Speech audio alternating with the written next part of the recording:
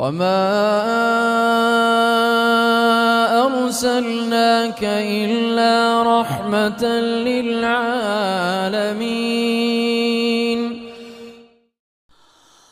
Tekrar Esselamu Aleyküm hürmetli görürmenler. Tekniki bir sebepten gepimiz üzülüp kaldı. Gepimizni kagayadın devamlaştırımız.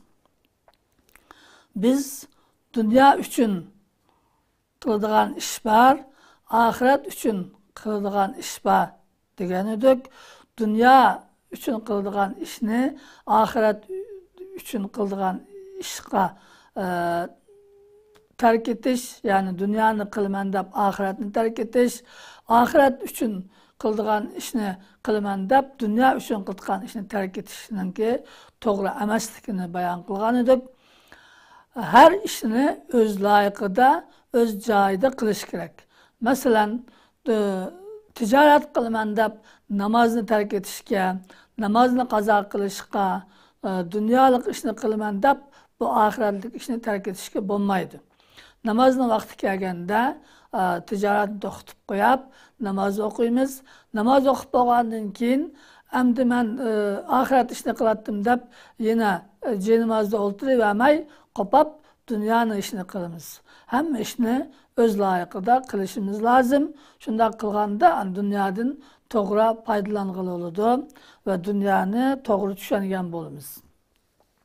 10-incisi bu dersten aladigan paydanınki bu dünyada cennetke kirmey, ahirette cennetke kirgil olmaydı.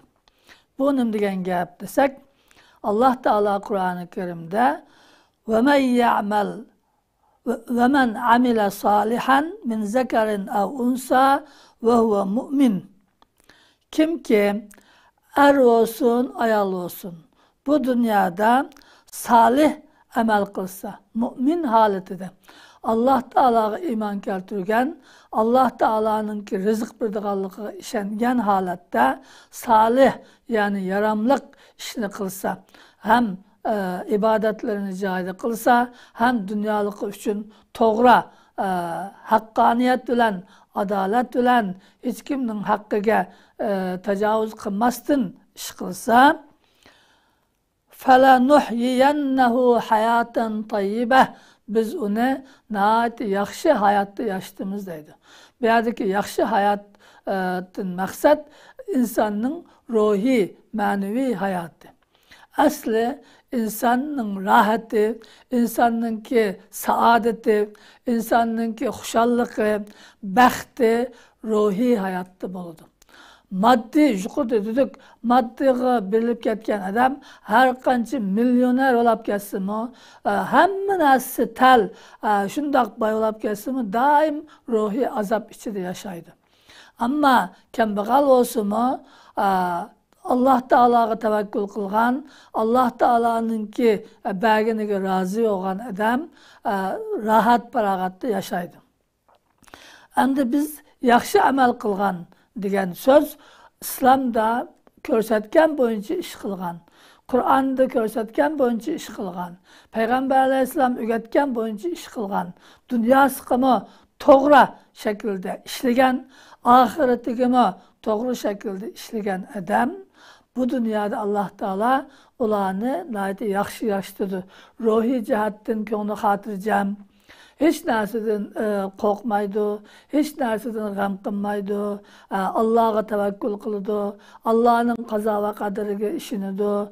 Shunda bo'lgandan keyin ko'ngli rahat, jannatga o'xshash bir hayot yashaydi. Shunga shunday hayotni yashaganlar deydi. Agar podshohlar bizning ruhiy qandaq rahatligimizni bilib qolsa, shuni tatib olish uchun biz bilan qilich ko'tarib urushadi deydi. Bana muşundak ruhi bir hayat, ruhi bir cennetini yaşayalıgan adam ahirette cennetke kiralaydı. Şuna ayetinin ahirsinde Allah Teala deydi. وَلَنَجْزِيَنَّهُمْ اَجْرَهُمْ. Biz ulanın ki ecrini, mükafatını ahirette birimiz بِأَحْسَنِ مَا كَانُوا يَعْمَلُونَ. Bu dünyada kılgınıdın necce hası yakşısı olan birimiz.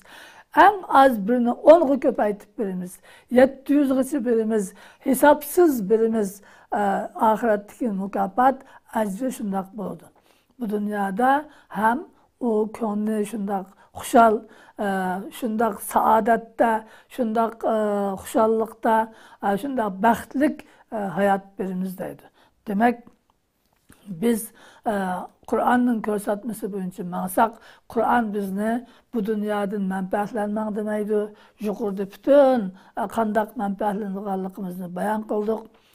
Bu dunyodan to'g'ri manfaatlanish, to'g'ri ishlash lazım. Shunday qilsak ham bu dunyoda ham oxiratda Alloh taoloninki rahmatiga, roziligiga erishimiz. Alloh taolo bizlarni Qur'oni Karimni to'g'ri o'qib, to'g'ri tushunib, to'g'ri amal qiladigan kishilardan qilsin. Dunyoga berilib ketib, oxiratini unutib qolganlardan qilmasin. Dunyoni o'zining manfaati uchun, oxiratni qozonish uchun ishlatadigan, dunyoga qul emas, dunyoga xo'jayinga o'xshash yashaydiganlardan qilsin. Bizni iymon bilan yashab, iman bereketlerini nasip olsun. Amin. Ve ahiru davana anilhamdülillahi rabbil alemin.